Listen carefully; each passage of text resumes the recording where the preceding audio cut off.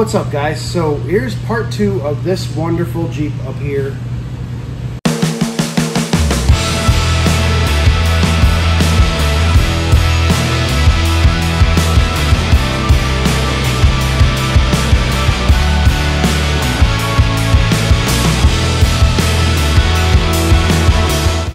Don't worry about that little guy.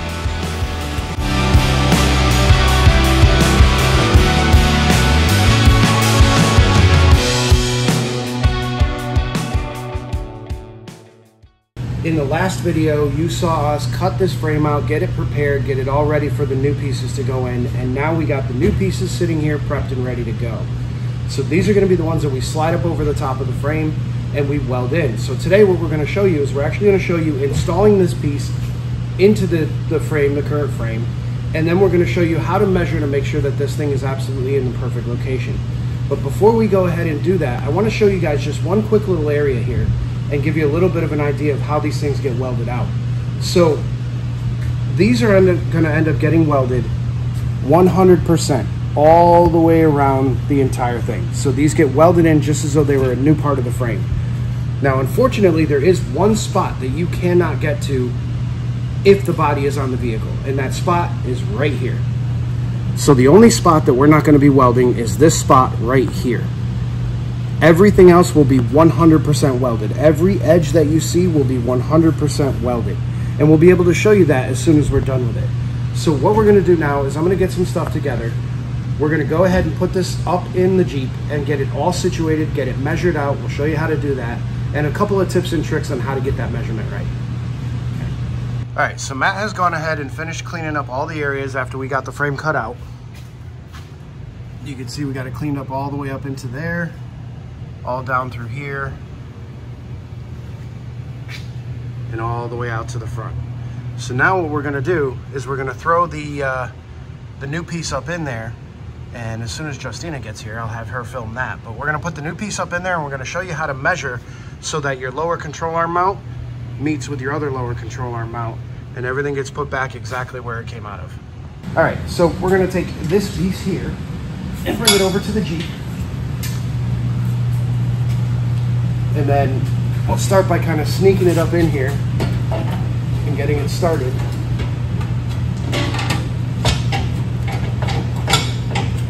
And you'll see it'll slide right over.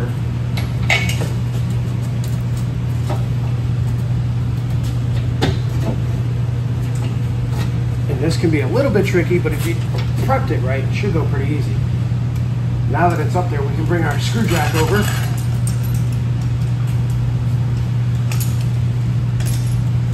All right, and we can start kind of pushing this thing up in here. So if you want to come over here and just take a look at that.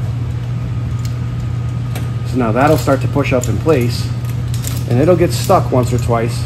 So you give it a couple good hits, or even tap it with a hammer.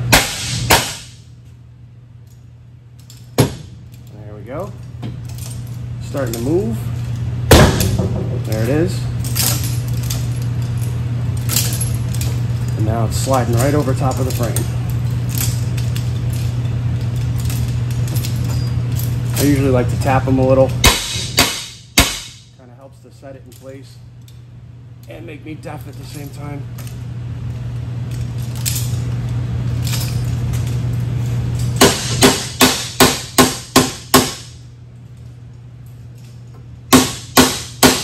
And what we're looking for is right up in here.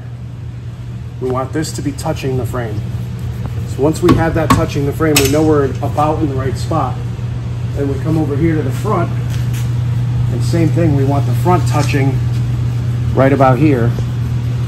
So we just tap that, make sure it's in the right place.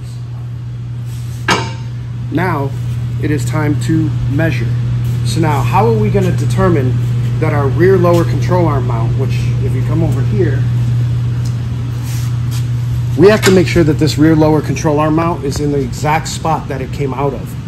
Now, determining that can be very, very easy, but putting it where it belongs is not so easy. I'm going to show you the 3 different ways you can get the information that you need to put this back in the right spot again. The first method that you can use to figure this out is before you cut this out. Now this method can work if it's still in the right place. If this mount hasn't broken off yet and it's still in the correct location, you can get a measurement, and that measurement starts over here at the center. That measurement starts over here at the center of the lower control arm bolt and then runs all the way back to here. So you get that initial measurement off of the one that's there currently. And we're at 57 inches. That's one method. Now if this control arm is broken off of here, you can walk over to the other side that you hopefully haven't cut yet, and you can take a measurement over here. Same exact length. From the front lower to the rear lower. And we've got 57 1/4. So one of the things that you are doing is you are actually removing both of these lower rails. So you can be plus or minus a ½ inch. These don't have to be dead on balls accurate. It had been calibrated by top members of the state and federal Department of Weights and Measures to be dead on balls accurate.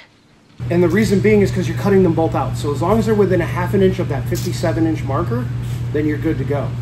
The 57 inches either comes from your measurement, or the third way that you can figure all this out is with the instructions that came along with your safety cap kit.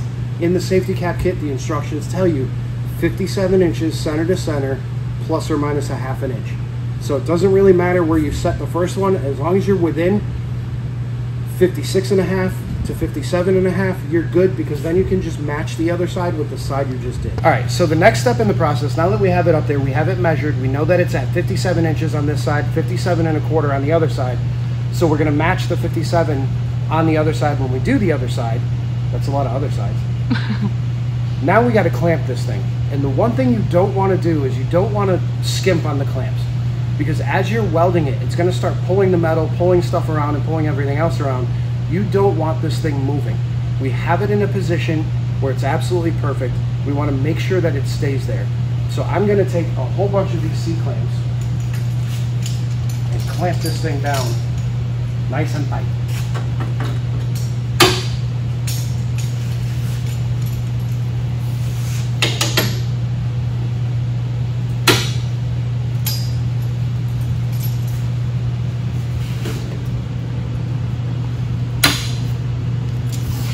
And like I said, don't skimp on these clamps.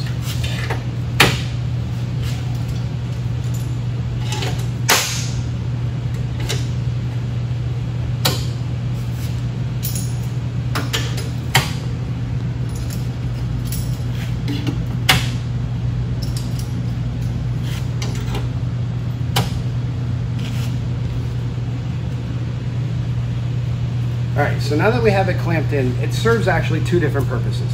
The first purpose is so that it doesn't move anywhere. So the second purpose is to ensure that you have metal-to-metal contact and that your weld joints are going to be absolutely perfect. You don't want to have any kind of gaps in the material, because then you're just filling gaps with weld, and that's not as strong as if you have a butt-welded material that you can weld straight through. So now that that's all said and done, I'm going to gear up and we're going to start welding this thing out, and we'll kind of show you that process too. Okay, so I always start welding in the back here. It's just personal preference. You can start welding them wherever you want to weld them, but I like to start here. It's just a part of the process. So now we're going to weld this thing completely out, and as soon as we're done, we'll bring you back in and show you what it looks like.